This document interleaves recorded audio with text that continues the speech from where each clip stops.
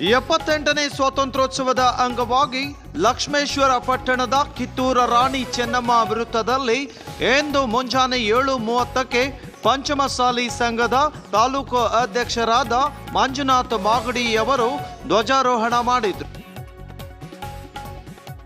ಈ ಸಂದರ್ಭದಲ್ಲಿ ಹಿರಿಯ ಮುಖಂಡರಾದ ಚಮ್ಮಣ್ಣ ಬಾಳೆಕಾಯಿ, ಡಿಬಿ ಬಳಿಗಾರ್, ಶಿವಯೋಗಪ್ಪ ಚಂದರ್ಗಿ, ನಾಗರಾಜ್ ಚಿಂಚಲಿ, ಮಹದೇವಪ್ಪ ತಪ್ಪಲದ್, ನೀಲಪ್ಪ ಕರ್ಜಕಣ್ಣವರ್, ವಿರೂಪಾಕ್ಷಪ್ಪ ತೆಗ್ಗಳ್ಳಿ, ಈರಣ್ಣ ಕಟಗಿ, ಶಿವನಗೌಡ್ರು ಆಡರ್ಕಟ್ಟಿ, ದ್ಯಾಮಣ್ಣ ಕಮತದ್, ಮಲ್ಲಿಕಾರ್ಜುನ್ ನೀರಾಲೂಟಿ, ಮಹಂತೇಶ್ ಮುಚ್ಚಿಗಿ, ಫಕೀರೇಶ್ ಅಣ್ಣಿಗೇರಿ, ಆಂಜನೇಯ ಸ್ವಾಮಿ ದೇವಸ್ಥಾನದ ಅರ್ಚಕರು, ಮಾಜಿ ಸೈನಿಕರು, ಪತ್ರಕರ್ತರು ಹಾಗೂ ಇನ್ನಿತರರು ಉಪಸ್ಥಿತರಿದ್ದರು.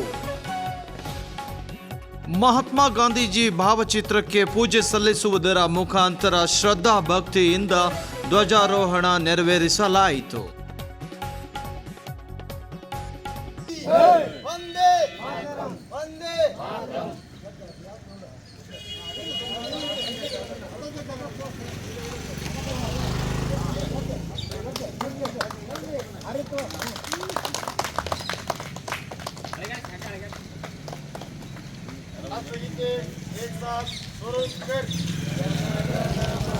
अधिनायक जय है भारत भाग्य विधाता, पंजाब सिंध गुजरात